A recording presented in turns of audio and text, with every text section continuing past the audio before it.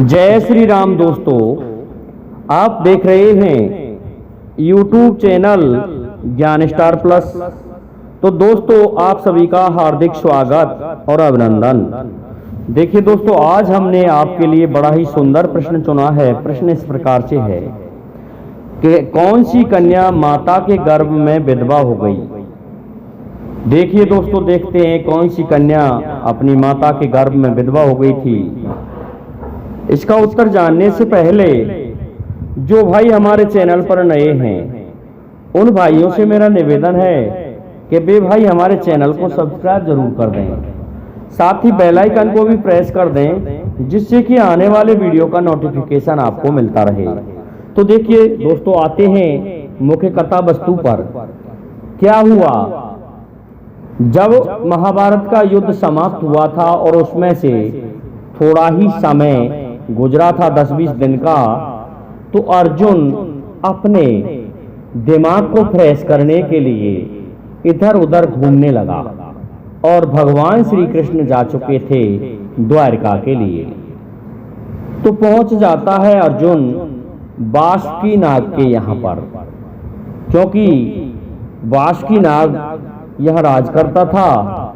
तो उसके यहाँ जैसे ही पहुंचा तो उसे आसन देकर के अर्जुन को बिठाया और कहने लगे, पार्थ क्या हुआ, आपने तो राज्य तो प्राप्त कर लिया, लेकिन बहुत बड़ी जनहानि हुई है कि हाँ, वासुकी में इसी अग्नि को बुझाता हुआ इधर उधर घूम रहा हूं।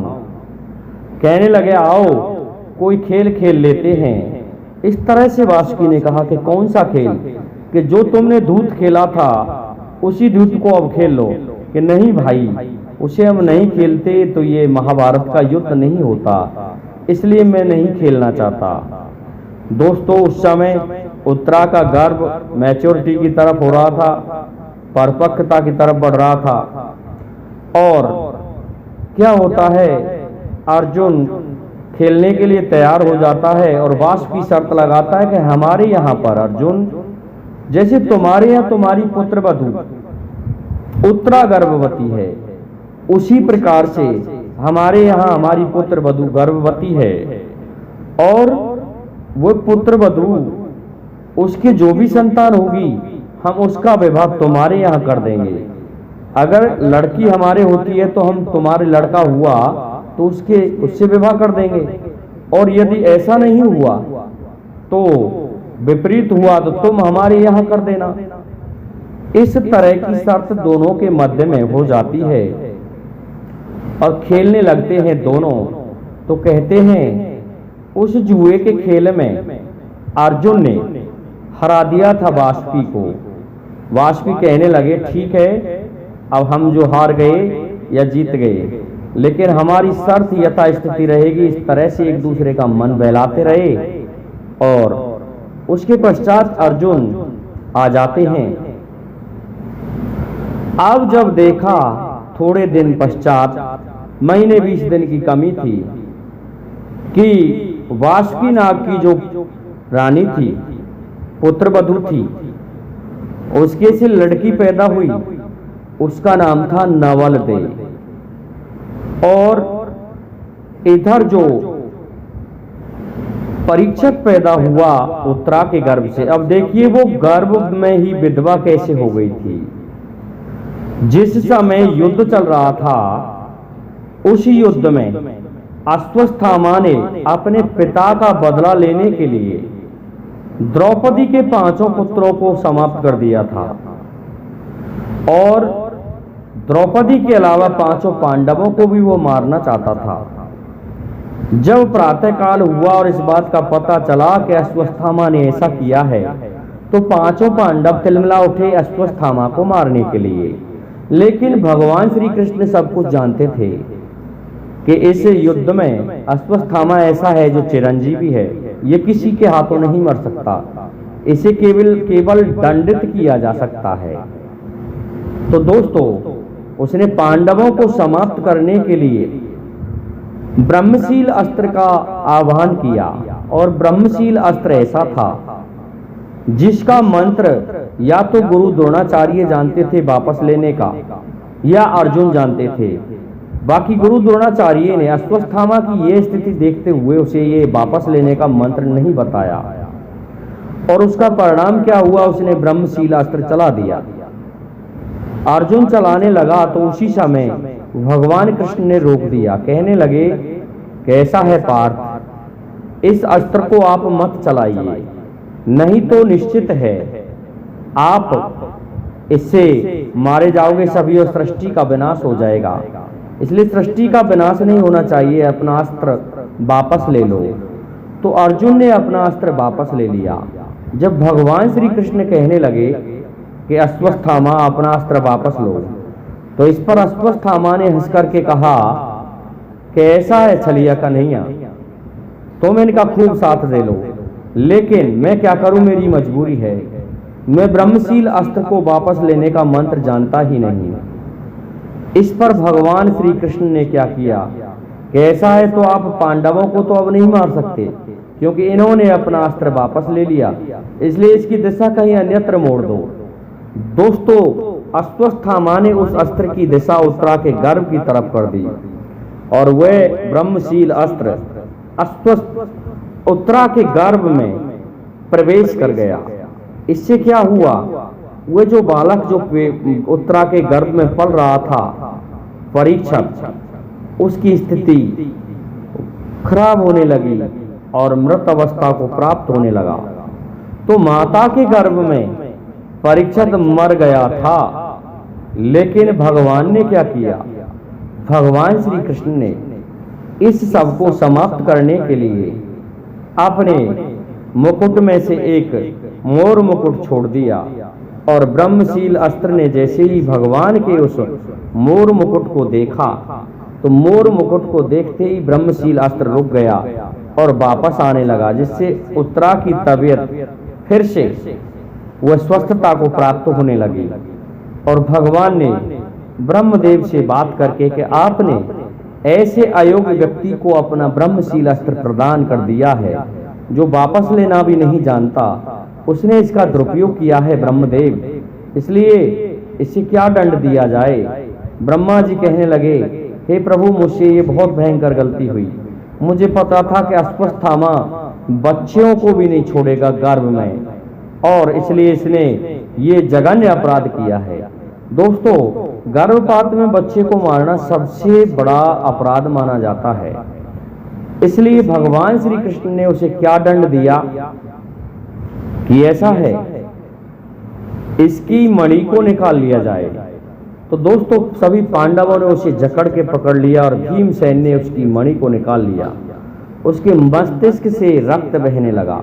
भगवान कृष्ण ने श्राप दिया कि ऐसा है, तूने ऐसे शिशु से दुश्मनी की है जिसका अभी जन्म भी नहीं हुआ है, और तुमने उसे समाप्त करने की योजना बना ली और अपने अस्त्र को छोड़ दिया, इसलिए तुम आजीवन इसी तरह से रक्त बहता रहेगा और तुम मरोगे नहीं अश्वत्थामा, तुम इस कलयुग के अंत तक चिरंजीवी रहोगे, अमर रहोगे, तुम मरोगे नहीं, तुम्हें ये दंड दिया जाता है। इस प्रकार से अश्वत्थामा को भगवान श्री कृष्ण ने ये दंड दिया था। और क्या हुआ दोस्तों, तो जो नवलदे थी उससे शर्त हुई थी अर्जुन की, नवलदे के विवाह की, इसलिए नवलदे गर्भ में ही पहले तो विधवा हो गई थी, लेकिन जैसे तैसे भगवान ने उसे बचा लिया और वापस बाहर जब जन्म हो गया राजा परीक्षित का, तो राजा परीक्षित को भी राज्य दिया गया था। देखिए, एक तो कर्ण के पुत्र को और एक राजा परीक्षित, दो ही बचे थे। इनको राज्य देकर के इंद्रप्रस्थ का और हस्तिनापुर का अलग अलग तब पांडव हिमालय को गए थे। इधर वज्रनाभ बचे थे भगवान श्री कृष्ण के उस कुटुम्बनाश में, क्योंकि सभी यादव वीर गोप तलैया पर मारे जा चुके थे, और जब सभी मर गए तो वज्रनाभ का राज तिलक किया था भगवान श्री कृष्ण ने। उसके पश्चात भगवान श्री कृष्ण अपने धाम को जाते हैं और पांडव भी स्वर्ग को चले जाते हैं। कहने को तो एक युधिष्ठिर ही गए थे, लेकिन सभी स्वर्ग में ही पहुंचे थे, चाहे कैसे भी पहुंचे। तो दोस्तों, ये कन्या अपनी माता के गर्भ में ही विधवा हो गई थी। उसके पश्चात जब परीक्षित को ये बात बता दी गई थी पार्थ के द्वारा, अर्जुन के द्वारा कि पुत्र ऐसा है, तुम्हारे लिए मैंने एक कन्या पहले से ही ढूंढ रखी है, जो इस तरह से मैं जुए में जीत के लाया था उस कन्या को, और वो अब जवान हो गई होगी, इसलिए तुम्हें मैं एक आदेश दे के जाता हूँ। मैं तुम्हारा विवाह तो नहीं कर पाऊंगा, लेकिन तुम्हें तुम्हारी वो मांग नहीं छोड़नी है और उसी से विवाह करना है। इसलिए परीक्षित जब जवान हो गया तो परीक्षित ने क्या किया, पांडवों के हक में सीमा में आ गया था अमृत कुंड, और एक दिन नवलदे चढ़ जाती है महलों पर। तो नवलदे को देखकर के वाष्पी की आंखें चकाचौंध हो गई और कहने लगा, ऐसी सुंदर कन्या हमारे महलों में कहां से आई, ये तो रानी बनाने लायक है। जब इस तरह से कहा तो उसे मनसा पाप लग गया, और ये मनसा पाप के कारण उसकी देह से कोढ़ चुचाने लगा। जब कोढ़ चुचाने लगा तो उसने विद्वानों से पूछा, तो विद्वानों ने कहा कि आपने कोई मनसा पाप किया है कि क्या, कि किसको देखा था कि इस तरह से मैंने एक लड़की के बारे में कहा था कि वो लड़की कौन है, बुलाया जाए। जब वो बुलवाई गई तो वो उसकी खुद की पुत्री नवलदे निकली कि इसका उपाय क्या है कि यही लड़की यदि तुम्हारे अमृत कुंड से अमृत ला करके तुम्हें स्नान कराए तो तुम्हारा शरीर पहले जैसा हो जाएगा। तो दोस्तों, नवलदे ने उस वीणा को उठाया और नवलदे पांडवों के उस कुएं पर आई, और जैसे ही नवलदे पांडवों के कुएं पर आई, मना किया था वासुकी ने कि मत जा पुत्री, लेकिन उस नागिन को सपेरा बन के अपने बस में कर लिया राजा परीक्षित ने और अपने महलों में ले जाने लगा। वो कहने लगी, मेरे पिता को स्नान करा के आती हूँ, उसके बाद मैं तुम्हारे साथ रहूंगी।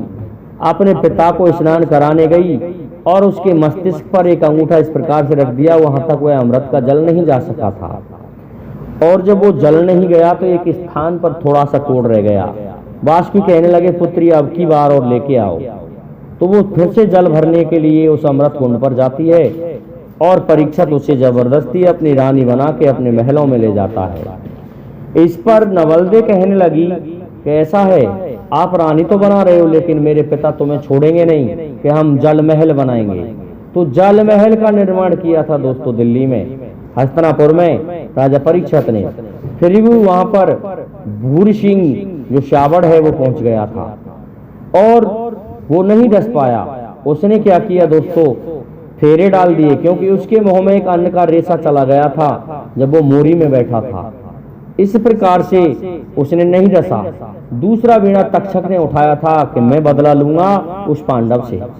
तो दोस्तों, उसने क्या किया, आकर के एक फूल में बैठ जाता है और राजा परीक्षित जैसे ही उस फूल को सेज पर लगा हुआ था सूंघते हैं तो डस लेता है और राजा परीक्षित का देहांत हो जाता है।